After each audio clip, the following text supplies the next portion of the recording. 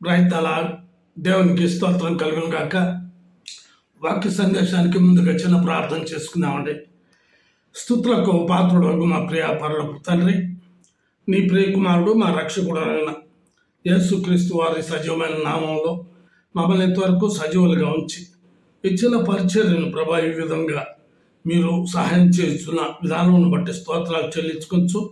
మీకు మహిమ, మీకు ఘనత, మీకు ప్రభావం తెచ్చుకునమని, మా మీదకి మీ ఆశీర్వాదం దేవుని కలిగినట్లుగా సహాయం చేయమని యేసు అతి శ్రేష్టమైన నామంలో ప్రార్థిస్తున్నాం పరమ తండ్రి, ఆమేన్. ఎఫెసీయులకు రాసిన పత్రిక 5వ అధ్యాయం 10వ వచనాన్ని నేను చదువుతున్నాను. ప్రభువుకి ఏది ప్రీతికరమైనదో దాన్ని పరీక్షించచ్చు. ప్రభువుకి ఏది ప్రీతికరమైనదో దాన్ని పరీక్షించచ్చు. వెలుగు సంబంధుల వలె నడుచుకునుడి. వెలుగు సంబంధుల వలె నడుచుకునుడి.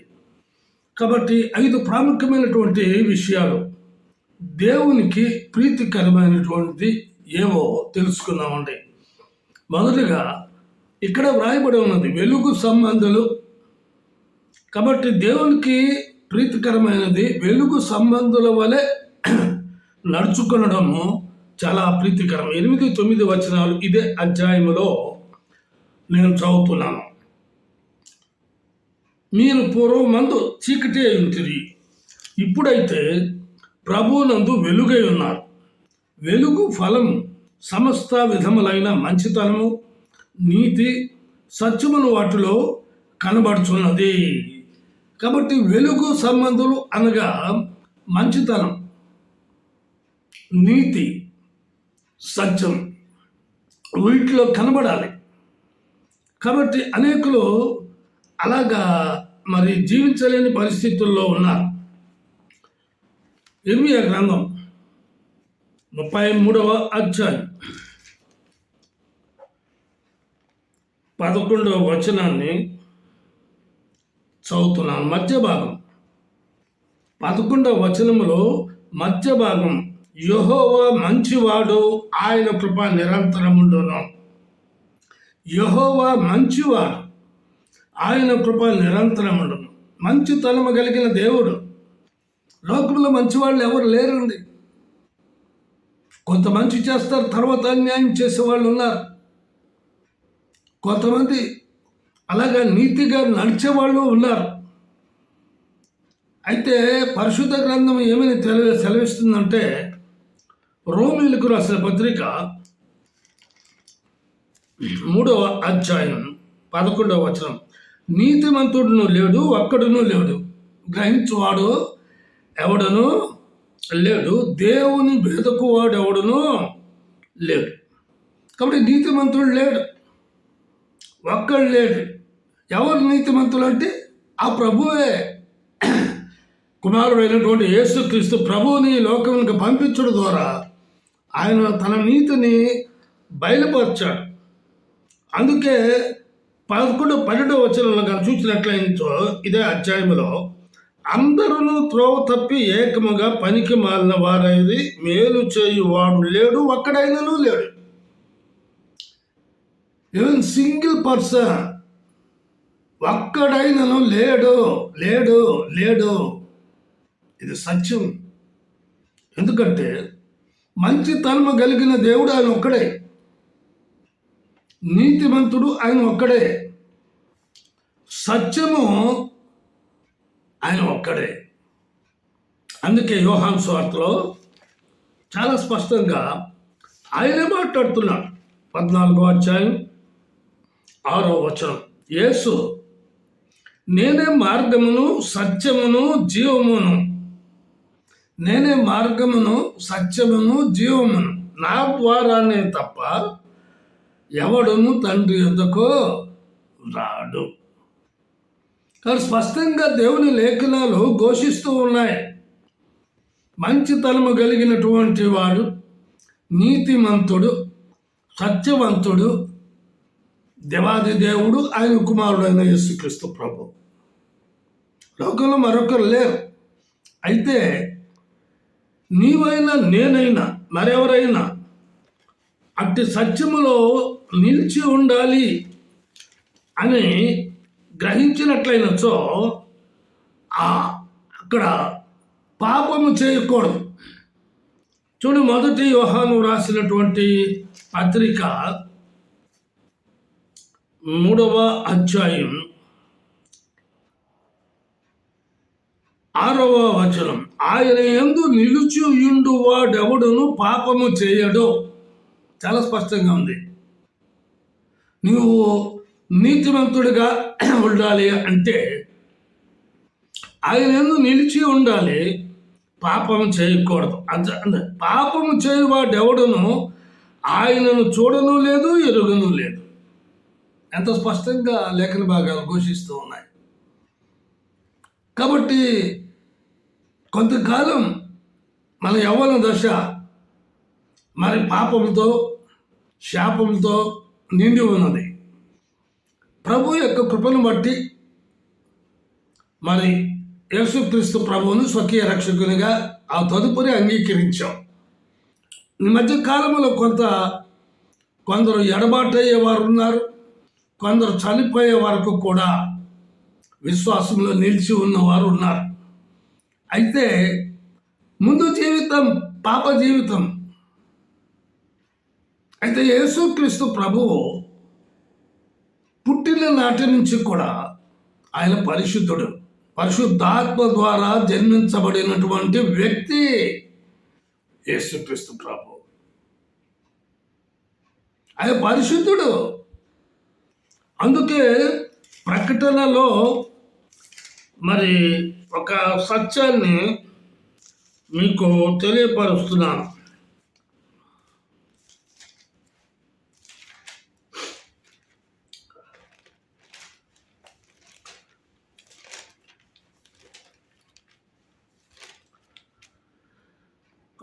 నాలుగో అధ్యాయం 8వ వచనం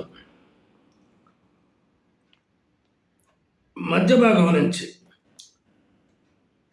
లేఖన 8వ వచనాన్ని నేను చదువుతున్నాను. ఈ 4 జీవులలో ప్రతి జీవికి 6 రెక్కలుండెను. అవి చుట్టూను రెక్కల లోపటను కన్నులతో నిండి ఉన్నవి.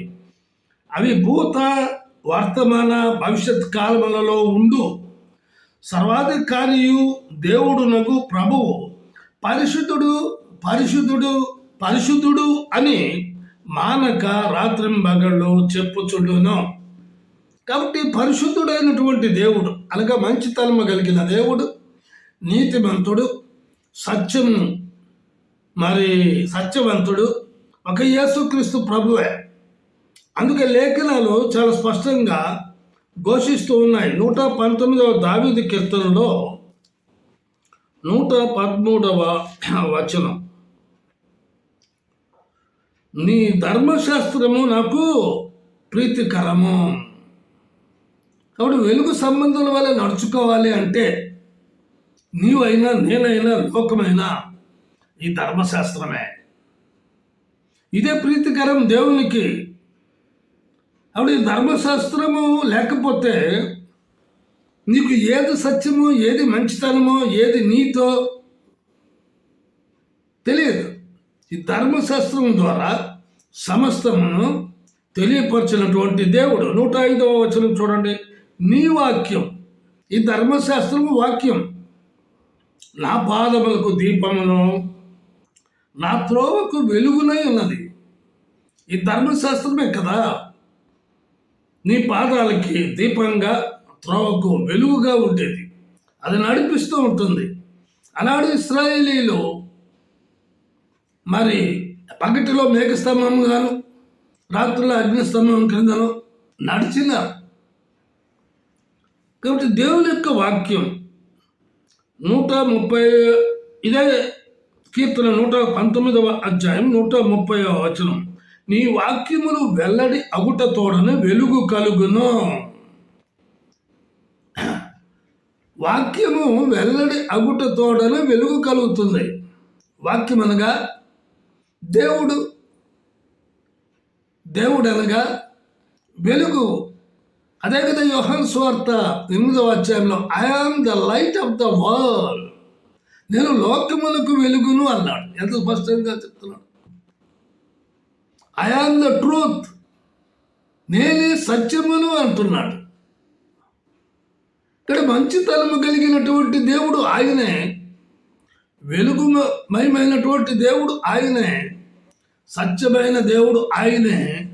కనుక దేవునికి ప్రీతికరమైనది ఏది అంటే వెలుగు సంబంధుల వలె నడుచుకొనడం. చూడ పేతురు రాసినటువంటి మొదటి పత్రిక 2వ అధ్యాయం 9వ వచనం, అయితే మీరు చీకటిలో నుండి ఆశ్చర్యకరమైన తన వెలుగులోనికి మిమ్మును పిలిచిన వాని గుణాతిశయములను ప్రచురము చేయు నిమిత్తము ఏర్పరచబడిన వంశమును, రాజులైన యాజక సమూహమును, పరిశుద్ధ జనమును, దేవుని సొత్తైన ప్రజలున్నాయి ఉన్నారు. ఎప్పుడు? చీకటిలో నుండి వెలుగులోనికి వచ్చిన తరువాత, ఆ ప్రభు అయిన యేసుక్రీస్తుని సొంత రక్షకులుగా అంగీకరించిన తరువాత చాలా స్పష్టంగా ఆయన పిలిచినందుకే ఆయన ఆశ్చర్యకరమైనటువంటి కార్యాలను, గుణాతిశయాలను ప్రచురం చేయ నిమిత్తం ఆ చీకటిలో నుంచి వెలుగులోనికి. కాబట్టి దేవునికి ప్రీతికరమైనది ఏది అంటే మొదటిగా వెలుగు సంబంధుల వలె నడుచుకోవడం. రెండవదిగా సామెతల గ్రంథం 16వ అధ్యాయం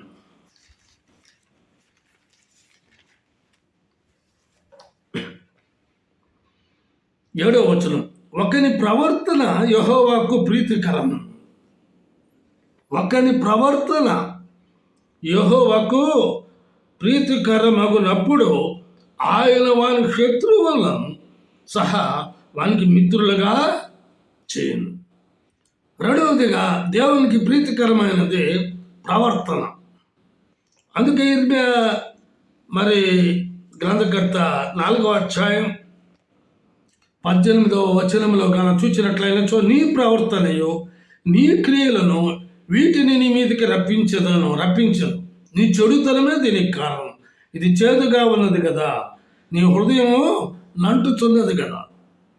ఎవరి ప్రవర్తన మన వెంటొస్తుంది, ఆ క్రియలే వెంటొచ్చేది. అందుకే మొదటి సమూయేలు గ్రంథంలో మనం చూసినట్లయినచో ఏలి 2వ అధ్యాయం 12వ వచనంలో గమనించినట్లయినచో అక్కడ ఏలి కుమారులు యెహోవాను ఎరుగని వారై మిక్కిలి దుర్మార్గులై ఉండేది. వారి ప్రవర్తనే కదా వారి వెనకొచ్చి ఫిలిస్తీన్ల చేత చంపబడడం ఎంత ఘోరమైనటువంటి విషయం. అందుకే పరిశుద్ధాత్ముడు చాలా స్పష్టంగా లేఖన భాగంలో ప్రసంగి గ్రంథం 5వ అధ్యాయం 1వ వచనం, నీవు దేవుని మందిరమునకు పోవునప్పుడు నీ ప్రవర్తన జాగ్రత్తగా చూచుకొనుము. చాలామంది ఆషామాషిగా అనుకుంటారు, ఏదో బైబిల్ పట్టుకొని వెళ్ళిపోతూ ఉంటారు. ఈరోజు ఆదివారం కదా, మరి ఈరోజు ఉపవాస దినం కదా, ఈరోజు సంఘ ప్రార్థన కదా, ఈరోజు మరి బైబిల్ స్టడీ కదా అని అలవాటుతనంగా వెళ్తుంటారే కానీ వారి ప్రవర్తన దేవుని మందిరములకు పోవునప్పుడు జాగ్రత్తగా చూచుకొనుము అని అంటున్నాడు.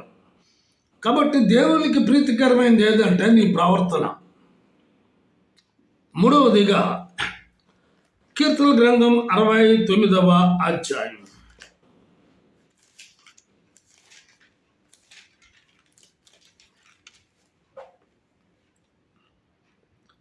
31వ వచనం, కీర్తనలతో నేను దేవుని నామమును స్తుతించెదను, కృతజ్ఞతాస్తుతులతో నేను ఆయనను గణపరచెదను. ఎద్దు కంటెను కొమ్ములను డెక్కలను గల కోడి కంటెను, అది యెహోవాకు ప్రీతికరం.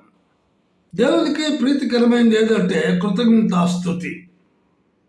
నీ జీవితంలో దేవుడు మొదటిగా చదివాం కదా, మంచితనము కలిగిన దేవుడు. ఎన్నో మంచి కార్యాలు చేసినప్పుడు కృతజ్ఞతాస్తుతి కూడికలు పెట్టుకోరు చాలామంది. పెట్టుకోవాల అని మనసులో అనుకున్నా కూడా అది అలాగ ప్రొలాంగ్ చేస్తూ వస్తూ ఉంటారు. అందుకే ఓ ఉదాహరణ కూడా మరి అక్షరాల జరిగినటువంటి సత్యాన్ని యేసు బయలుపరుస్తున్నాడు. లూకాసు వార్త 17వ అధ్యాయం 12వ వచనం నుంచి చదువుతున్నాను. ఆయన ఒక గ్రామంలోనికి వెళ్ళుచుండగా 10 మంది కుష్ఠరోగులు ఆయనకు ఎదురుగా వచ్చి దూరముగా నిలిచి, యేసు ప్రభువా నన్ను కరుణించమని కేకలు వేసిరి. ఆయన వారిని చూచి, మీరు వెళ్ళి మిమ్మల్ని యాజకులకు కనపరుచుకున్నాడు అని వారితో చెప్పాను. వారు వెళ్ళుచుండగా శుద్ధులైరి. వారిలో ఒకడు తనకు స్వస్థత కలుగుట చూచి గొప్ప శబ్దంతో దేవుని మహిమపరచుచు తిరిగి వచ్చి ఆయనకు కృతజ్ఞతాస్తుతులు చెల్లించుచు ఆయన పాదముల యొద్ద సాగిలపడెను. వాడు సమరయుడు. అందుకు యేసు 10 మంది శుద్ధులైన కారా? వాడికి తెలియదు పాపం 10 మంది శుద్ధ అయ్యేది. ఒక్కొక్కడు చూసుకున్నాడు, వెళ్ళిపోతున్నారు.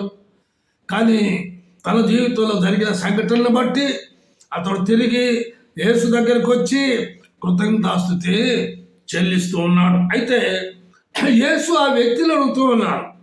ఏమని అడుగుతున్నా అంటే, 10 మంది శుద్ధులైన కదా, ఆ 90 ఎక్కడా? ఈ అన్యుడు తప్ప దేవుని మహిమపరచుటకు తిరిగి వచ్చిన వాడెవడను అగుపడలేదా అని చెప్పి, నీవు లేచి పొమ్ము, నీ విశ్వాసము నేను స్వస్థపరచునని వారితో చెప్పాను. దేవునికి స్తోత్రం కలుగును గాక. ఎవరైతే వారి జీవితంలో అద్భుతమైన కార్యాలు, ఆశ్చర్యకరమైన కార్యాలు జరిగాయో అటువంటి వారు గుర్తు పెట్టుకొని జ్ఞాపకం ఉంచుకొని, అందుకే కదా 103వ కీర్తనలో చాలా స్పష్టముగా ఆయన చేసిన ఉపకారములను మర్చిపోవద్దు. కృతజ్ఞతాస్తుతి దేవునికి ప్రీతికరమైనటువంటిది. 4వదిగా హెబ్రీయులకు రాసిన పత్రిక 12వ అధ్యాయం 28-29 వచనాలు. అందువలన మనము నిశ్చలమైన రాజ్యమును పొంది దైవ కృప కలిగి ఉందాం. ఆ కృప కలిగి వినయ భయభక్తులతో దేవునికి ప్రీతికరమైన సేవ చేయుదము. ఏలైనగా మన దేవుడు దహించు అగ్ని అయి ఉన్నాడు. వినయ భయభక్తులు కలిగి ఉండడము దేవునికి ప్రీతికరమైనటువంటిది. మరి వినయ భయభక్తులు కలిగినటువంటి మరి జీవితాన్ని అనేకులు అవలంబించలేకపోతున్నారు. అందుకే అపొస్తలుడైన పౌలు తిమోతికి రాసిన 2వ పత్రిక 3వ అధ్యాయములో 5వ వచనములో చాలా స్పష్టంగా తెలియపరుస్తున్నాడు. పైకి భక్తి గలవారి వలె ఉండి దాని శక్తిని ఆశ్రయించని వారునయ్యుందురు. ఇట్టి వారికి విముఖుడవై ఉండము. యోబు 1వ అధ్యాయం 1వ వచనం. ఊజు దేశమునందు యోబు అని ఒక మనుష్యుడు ఉండను. అతడు యథార్థ వర్తనుడు, న్యాయవంతుడునై దేవుని యందు భయభక్తులు కలిగి చెడుతనమును విసర్జించినవాడు. ఎంత వినయ విధేయత! అందును బట్టే కదా తన కుమార్తెలు పాపం చేశారన్న ప్రతి ఉదయమున మరి వారిని అరుణోదయమున లేచి 5వ వచనం చదువుతుంది. వారి విందు దినములు పూర్తి కాగా యోబు తన కుమారులు పాపం చేసి తమ హృదయంలో దేవుణ్ణి దూషించరేమో అని వారిని పిలువనంపించి వారిని పవిత్రపరిచి అరుణోదయమున లేచి వారిలో ఒక్కొక్కరి నిమిత్తమై దహన బలి అర్పించుచు వచ్చెను. యోబు నిత్యము అలాగూ చేయుచుండెను. మరి నీ కుటుంబం ఎలా ఉంది?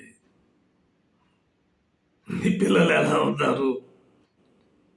పైకి భక్తి గల వారి వలె ఉండి దాని శక్తిని ఆశ్రయించిన వారుగా ఉన్నారా? వినయ భయభక్తులతో జీవించినటువంటి యోబు ఆశీర్వదించబడినాడు. 42వ అధ్యాయం 12వ వచనంలో యెహోవా యోబును మొదట ఆశీర్వదించినంత కంటే మరి అధికముగా ఆశీర్వదించాడు. 5వదిగా మరి దేవునికి ప్రీతికరమైనది 2 కొరింథీ 8వ అధ్యాయం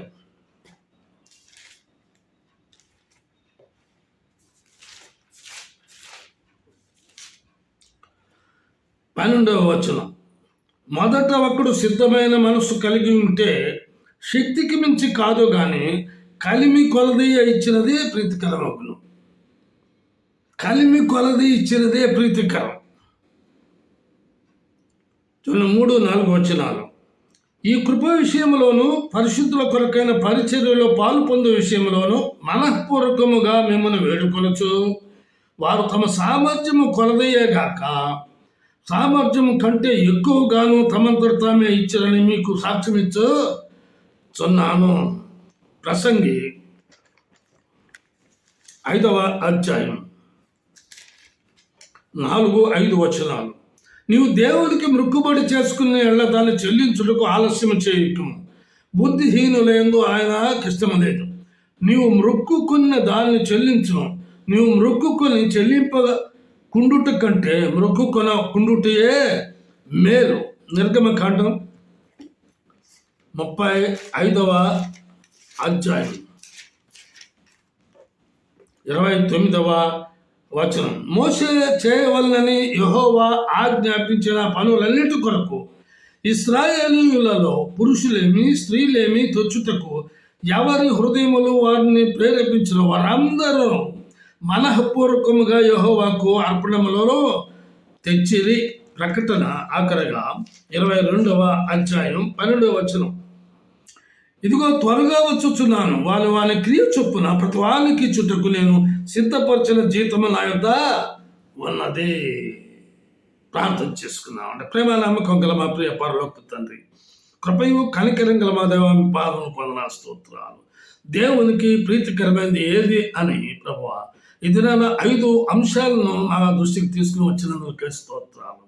మొదటగా వెలుగు సంబంధుల వలె నడుచుకునడం, రెండవదిగా మరి ప్రవర్తన, ఒకరి ప్రవర్తన, మూడవదిగా కృతజ్ఞతాస్తుతి, నాలుగవదిగా వినయ భయభక్తులతో నడవడం, ఐదవదిగా కలిమి కొలది ఇచ్చింది ప్రీతికరమని సెలవిచ్చినందులకై స్తోత్రాలు చెల్లించుకోవచ్చు.